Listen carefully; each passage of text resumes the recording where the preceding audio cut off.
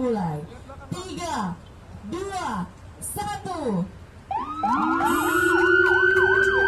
Baik, berikan tepuk tangan yang meriah. Semoga dengan pelaksanaan rekayasa lalu lintas arus mudik one way berjalan dengan aman dan juga nyaman.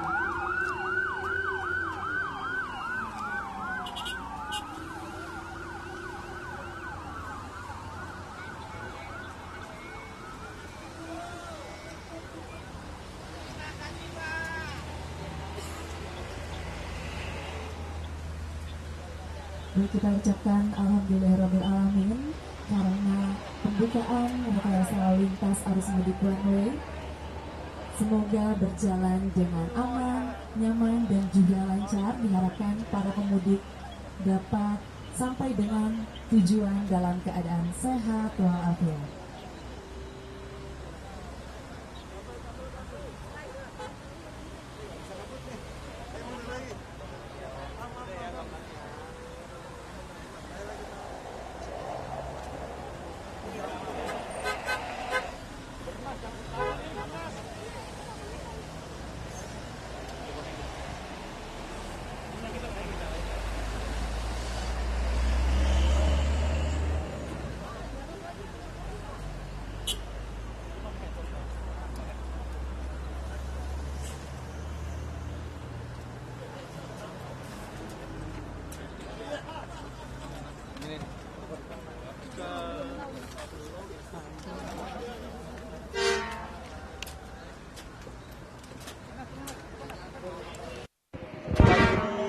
Pak Dudi ngobrol dulu, Pak. Pak Dudi ngobrol dulu. Boleh Pak berdua. Pak di atas aja Pak, di atas aja Pak. Ya udah sini aja lah. Gimana? Aduh. Gimana? Mau nanya apa lagi? Pak, apa yang menjadi pertimbangan hari ini akhirnya dilakukan one way nasional, Pak? Jadi setiap rekayasa lalu lintas itu punya parameter. Jadi parameter ini untuk jalan tol ditetapkan oleh Jasa Marga dan Kepolisian. Saya melihat bahwa sepertinya dengan rekayasa one way nasional berarti parameter yang telah ditetapkan oleh Kepolisian maupun Jasa Marga sudah melewati, sehingga kemudian diberlakukan rekayasa one way nasional. Untuk rekayasa one way nasional ini diberlakukan sampai kapan? Mungkin nanti kita lihat situasinya, ya. Dari Jasa Marga dan Kepolisian punya parameternya. Jadi sepanjang parameter itu masih memungkinkan untuk dilakukan one way nasional itu akan dilakukan. Tapi kalau memang sudah tidak memenuhi, tentunya one way nasional akan diberhentikan. Kalau selain dari one way nasional, ada rekayasa kontraflow maupun ganjil genap itu secara situasional juga atau seperti apa, Pak? Iya. Seperti yang tadi saya sampaikan, setiap rekayasa itu punya parameter. Jadi setiap rekayasa punya parameter. Nah, ini kemarin juga sudah ada dilakukan kontraflow maupun ganjil genap, itu berdasarkan parameter masing-masing.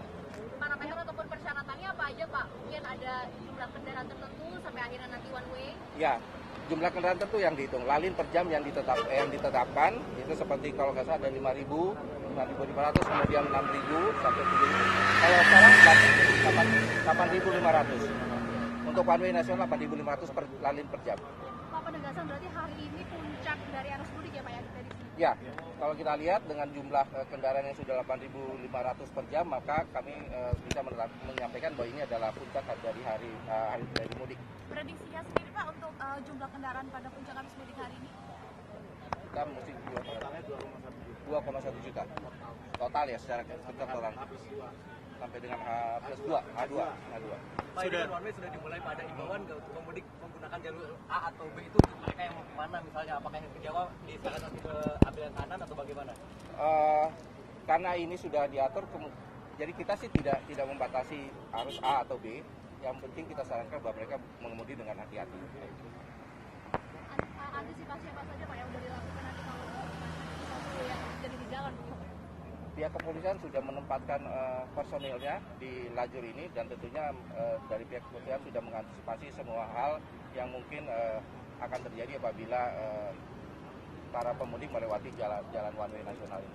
dibanding periode Sama di arteri gimana Pak? Arteri sama seperti menyiapkan one way nasional, kepolisian maupun pihak jasa marga sudah mengantisipasi untuk jalan-jalan arteri, menempatkan personil-personilnya di jalan arteri untuk membuat jalan arteri tetap lancar sebagaimana yang diharapkan dari kendaraan yang balik ke Jakarta. Pak, dibanding periode yang sama kan tahun kemarin, bahwa tahun ini tuh naik 1,5%, Pak. Apakah akan ada level kontingensi, Pak, atau level darurat di arus mudik tahun ini, Pak?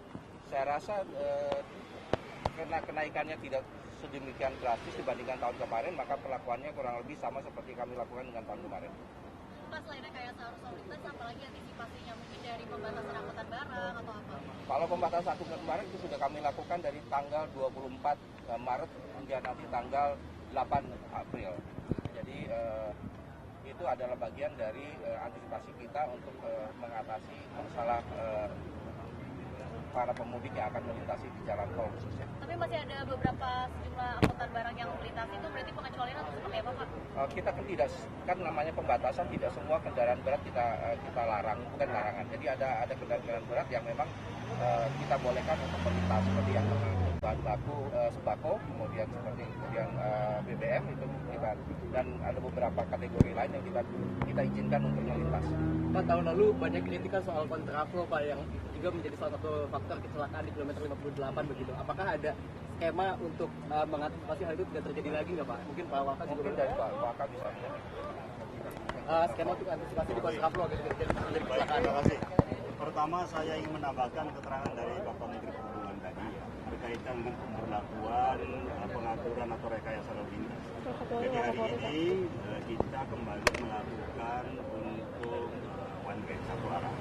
Saya mendapat informasi dari Jasa Marga bahwa perkiraan itu sampai dengan H+2 kurang lebih 2.100.000 kendaraan yang akan keluar dari Jakarta. Dan kalau sampai dengan tadi pagi itu tercatat kurang lebih 1.200.000. Artinya ini sudah 60%. Oleh karena itu perkiraan mudah-mudahan hari ini memang puncaknya ya kita pantau terus. Tetapi kalau seandainya tinggal 40% hari ini dan besok sampai masih ada waktu kita dengan tanggal 30, berarti mudah-mudahan itu cukuplah kira-kira pembagian pengaturan arus lalu lintas. Jadi kalau rekan-rekan tadi menanyakan apakah prediksinya seperti apa, mudah-mudahan ya kalau kita lihat dengan rekayasa yang sudah kita lakukan sampai dengan pagi hari ini, insya Allah nanti besok dan bisa juga ada kepadatan, tetapi itu masih bisa kita antisipasi dengan baik. Ya. Pak, terakhir berarti kan sekolah ini sempat ada secara berkala ya Pak ya, ini terkait dengan penerapan one way-nya. Dan itu sudah, apakah itu sudah bisa mengurai kepadatan Pak sehingga hari ini juga akhirnya dilakukan rekor? Iya betul, itu sangat memudahkan sekali untuk pengaturan rekayasanya. Begini, jadi kalau kita lihat situasi untuk membedakan one way itu tergantung situasi kondisi di lapangan. Jadi kemarin misalnya jadwal akan kita tentukan sesuai dengan waktu. Ternyata sebelum itu kepadatan sudah belum mengekor. Ya, oleh karena itu kebijakan di lapangan itu langsung dilakukan one way. Nah itu juga sama. Hari ini dan seterusnya akan kita lakukan seperti itu. Jadi menyesuaikan situasi dan kondisi yang ada di lapangan. Jadi sekali lagi kita harap para pemudik jangan sampai menunggu kapan one way dilakukan. Nah kemarin terjadi karena apa? Salah satu kepadatan mereka menunggu one way. Padahal one way itu kita berlakukan sesuai dengan situasi dan kondisi. Ya, tapi insya Allah nanti ganjil genap sudah diberlakukan, kontraflow sudah dilakukan, one way juga kita lakukan, dan skema-skema rekayasa seperti itu mudah-mudahan nanti akan memperlancar arus mudik kali ini. Antisipasi kecelakaan di kontraflow seperti terjadi tahun lalu gimana Pak? Ya, kembali terkait dengan pengaturan petugas di lapangan dan pengaturan daripada arus lalu lintas yang masuk itu sendiri. Ya, itu penting, saya kira. Mudah-mudahan di pembelajaran tahun ini jauh lebih bagus daripada tahun lalu. Ya. Oke, makasih Pak. Cukup? Ya, makasih. Sorry ya. Sampai nunggu maghrib minum dulu. Sorry. Bentar. Thank you Bang. Tidak boleh di los dari banyak langsung ini kita.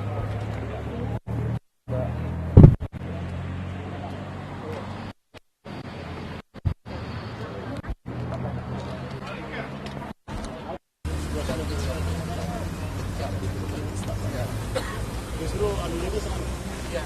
Jadi kalau semalam nggak kapolda sama sekali. Tidak. Wah, bisa ini kalau kita berpatroman kita ada tanggal yang akan ini. Oh, nggak bisa. Itu bagus. Maka kita juga di mana? Kalau sekarang udah diambil, itu dengan sekarang bisa begitu. Jangan sama gua, sama Bimo lah.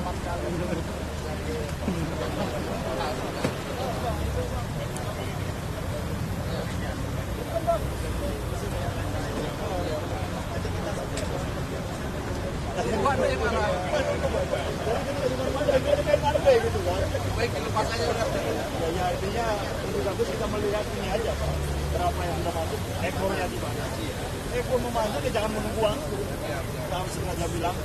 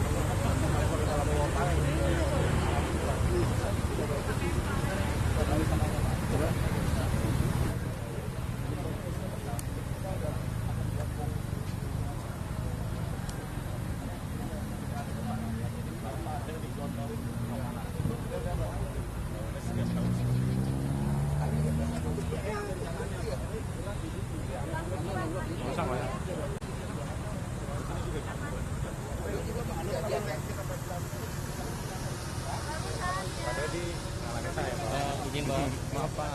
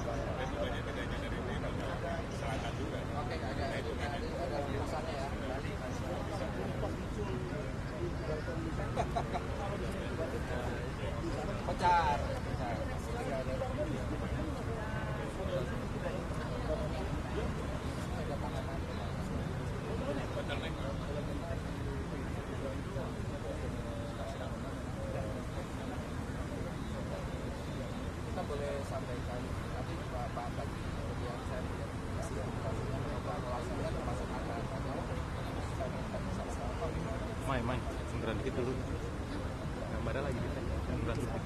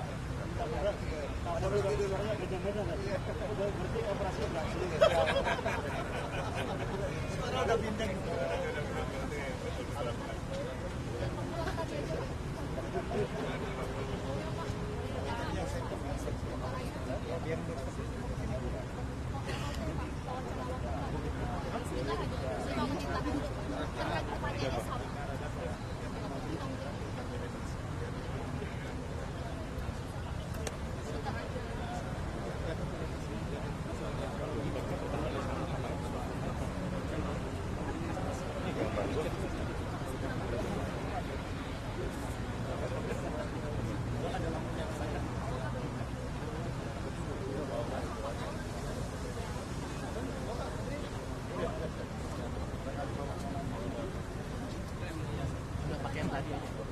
Pakai yang tadi. Yang tadi.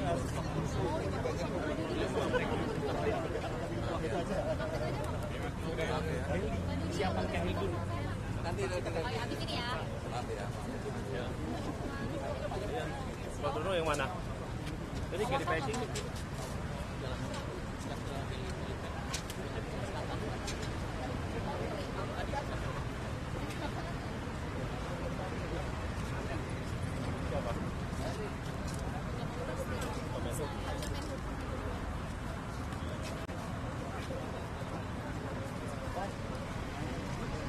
Bang Bot, bisa bantu nggak? Sama Ridwan aja dulu.